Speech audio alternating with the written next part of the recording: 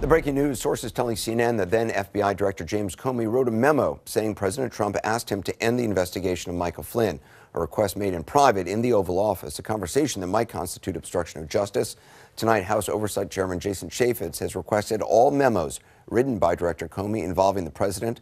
The Republican chairman also says he's ready to issue a subpoena to get the Comey memo everyone is focused on tonight if needed. The White House is denying the report. Jeff Zeleny joins me now. So what is the White House saying about these allegations?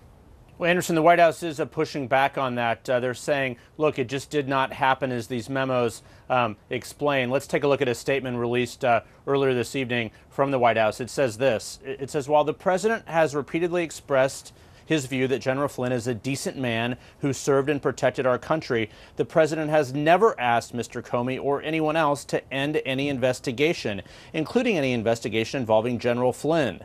The president, the statement says, has the utmost respect for our law enforcement agencies and all investigations. This is not a truthful or accurate portrayal of the conversation between the president and Mr. Comey. That's from a White House official earlier. And Anderson, the question here is, though, the advisors, the aides that normally sort of have more of a sense of these things simply don't know because they weren't there.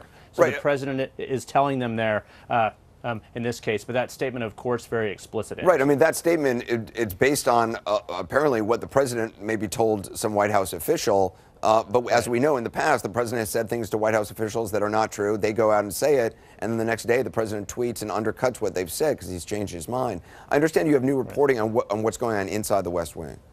Well, Anderson, for all the talk of staff shakeups, I mean, the president often fuels this himself, saying he's not happy with one person or the other. I am getting a growing sense here after sort of this whiplash of controversy that, in the words of one top Republican who's close to this White House, says, quote, this is on him, meaning this is on the president. I'm told that there's been more of a camaraderie building between some staff members as they're all involved in this, constant state of, will I stay, will I go, will he fire me, will we not?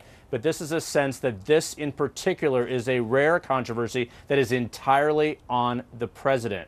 And as we see these Republicans on Capitol Hill subpoena these memos and documents, this is a he said.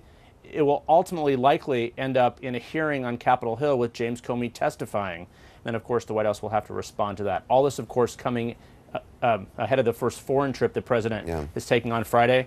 All of this, the West Wing advisors will be on a plane flying from here to Saudi Arabia in close quarters for a long time. It's going to be a fun ride.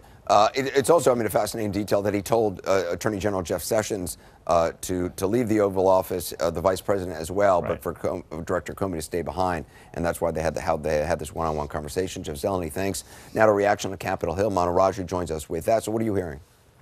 Bipartisan questions and concerns, Anderson. Earlier tonight, Democrats on the House Oversight Committee demanding an investigation into what they believe may be a, quote, conspiracy by the White House and by President Trump to quash the Russia investigation. Now, Republicans are not going that far, but they're raising concerns. Here are two Trump allies who raised concerns earlier tonight. If that's accurate, I don't have any reason right now that it's not. I'm just hearing it from one of our staff people.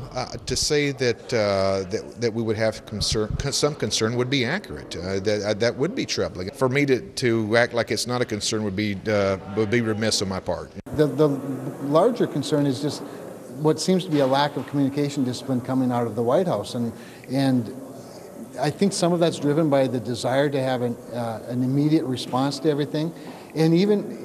You hate to have to clarify all the time. I'd prefer that they wait a couple of hours, half a day, and get everything right the first time so you don't raise more suspicion. And Anderson, I asked Senate Majority Leader Mitch McConnell directly what about the concerns within his Senate Republican conference, and he said, quote, it'd be helpful to have a little less drama. What happens next in terms of the next steps from Capitol Hill? Gloria Borges, or I think it was David Chalian earlier, said, look, this all happens now on Capitol Hill.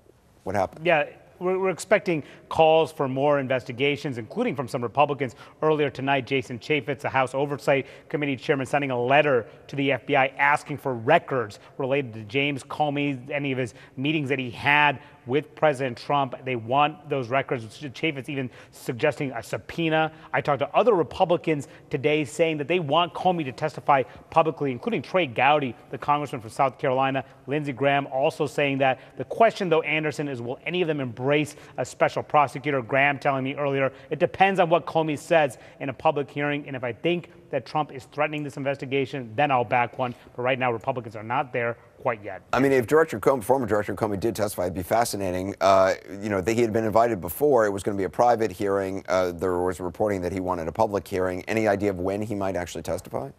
No clue yet, because several committees have asked him to actually come publicly. He has not accepted that invitation, but there's expectation on Capitol Hill that that will happen. And of course, if it does, buckle up, Anderson. And is there any talk by Republicans about trying to subpoena any tapes, if there are any, from the White House, which is, what the president himself had raised? It's a good question. I asked that question to Chuck Grassley, the chairman of the Senate Judiciary Committee, who would have jurisdiction over the Justice Department. He said, we don't even know if they have tapes yet. They want to question Rod Rosenstein, the number 2 at the Justice Department, on Thursday at a closed-door session with all senators. So we'll see what comes of that, and if the Republicans make any moves to subpoena any tapes that may exist, Anderson. All right, Manu Raja, thanks very much. An extraordinary day in Washington. Joining us now is John Dean, CNN contributor and former Nixon White House counsel. So, John, last night, or David Gergen, or earlier David Gergen, who also served in the Nixon White House, he believes this has now entered, quote, impeachment territory. Do you agree with him? I think it has.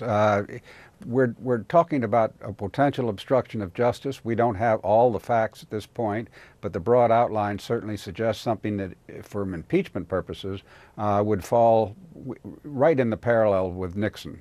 Because it was, take us back, for those who don't remember, I've been reading up on this, it was Nixon saying on tape that someone in the CIA should tell the FBI to end their investigation. Is that right? That's exactly what happened. It was Haldeman talking to the president on June 23rd, which was just days after the arrest, and he instructed Haldeman, or gave Haldeman consent to go to the FBI, have the CIA go to the FBI and tell them they were interfering or threatening CIA operations. When that was a stretch, it wasn't clear whether it was true or not. But anyway, they proceeded with that, and it was just an effort to block the FBI in the long run. And once that tape emerged, that was the nail in the coffin? That, not so much for the obstruction. What it did is really caught Nixon in the lie. He had said he had no knowledge of a cover-up and had been saying that for month after month. He said he didn't know anything about the cover-up until I told him on March 21st. That was his defense. Well, when the Supreme Court forced him to release the tapes, and this tape was in there on June 23rd showing him having the CIA block the FBI, that certainly put the lie to his not knowing anything about a cover-up, because he was directly involved in it. Can I just ask you personally, what is it like working in a White House in chaos, working in a White House where there are these swirling investigations, as you did, and I'm not sure it's exactly the same parallel here, but it's certainly a White House where there's got to be a lot of employees, looking at the exits or wondering, are they going to be fired or what's going to happen next? The Nixon White House was surprisingly calm, surprisingly well organized, surprisingly compartmentalized. So it really didn't affect a lot of people. The work went on with surprising quality and ease. You famously testified during Watergate that you'd warned President Nixon there was a cancer growing on the presidency. That's the phrase you used. Do you think President Trump merits a similar warning from someone close to him? I think he certainly needs somebody he could trust, who could tell him the dangerous territory he keeps getting into. He doesn't seem to want to listen to anybody other than his own gut instinct, and he should know now, after what's happened since he really started his presidency, that his gut instinct isn't doing well by him. So I think he does need somebody he respects and he'll listen to. It was interesting. We had Professor Alan Dershowitz from Harvard on, and he was saying, look, it's time for the president to, lawyer up, essentially. And the first thing that lawyer should tell the president is stop talking, stop tweeting. Don't try to keep coming up with explanations that you think are digging yourself out, because it's only digging you deeper in. That'd be very good advice, and I'm sure that's what any savvy lawyer would tell him. You got to understand, post-Watergate, Anderson, it's very clear that the White House counsel does not represent Donald Trump. They represent the office of the president. In fact, they're having a tough time right now because their loyalty is to that institution and that office and not to Donald Trump. So they can't really give him legal advice. And he needs it. As you sit here tonight, all these years later, does it seem to you that the lessons, all the cautionary tales of Watergate, have been lost on the president and perhaps some close to him? I don't think this president seems to know that history very well. He's saying and doing too many things that are too reminiscent and recall that very history. He seems to be following the same mistakes that Nixon made. So I think somebody who could just remind him of that history, since he's not a reader, maybe somebody could tell him the story. I was going to say there are some great books, but yeah, not a reader. John Dean, great to have you on. Thank you very much, and thanks for watching 360 tonight. Time to hand things over to Jake Tapper.